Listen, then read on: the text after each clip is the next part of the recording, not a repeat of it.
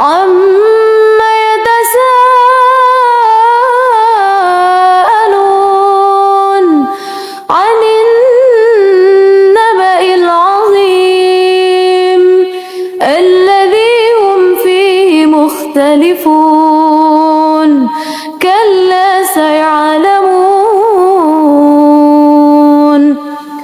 ثم كلا سيعلمون ألم نجعل الأرض مهادا والجبال أوتادا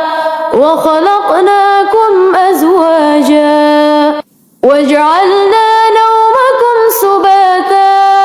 وجعلنا الليل لباسا وجعلنا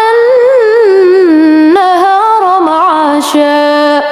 وبنينا فوقكم سبعا شدادا وجعلنا سراجا وهاجا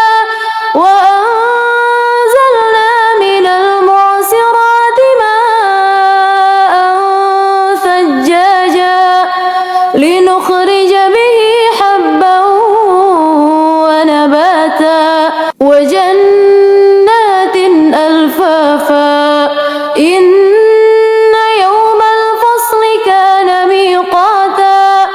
يوم ينفخ في الصور فتأتون أفواجا وفتحت السماء فكانت أبوابا وسيرت الجبال فكانت سرابا إن جهنم كانت مرصادا للطاغين مآبا لابثين فيها أحقابا لا يذوقون فيها بردا ولا شرابا إلا حميما وغساقا جزاء وفاقا إنهم كانوا لا يرجون حسابا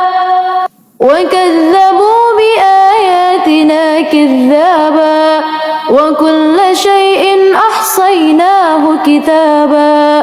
فذوقوا فلن نزيدكم إلا عذابا إن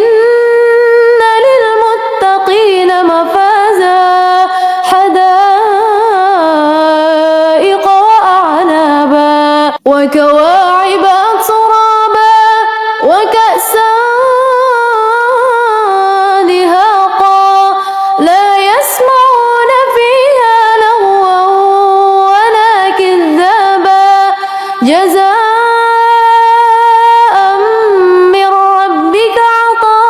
عطاء حسابا رب السماوات والأرض وما بينهما الرحمن لا يملكون منه خطابا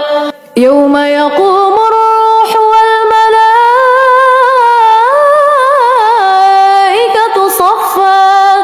لا يتكلمون إلا من أذن له الرحمن وقال صوابا ذلك اليوم الحق فمن شاء اتخذ إلى ربه مآبا إنا أنذرناكم عذابا قريبا يوم ينظر المرء ما قدمت يداه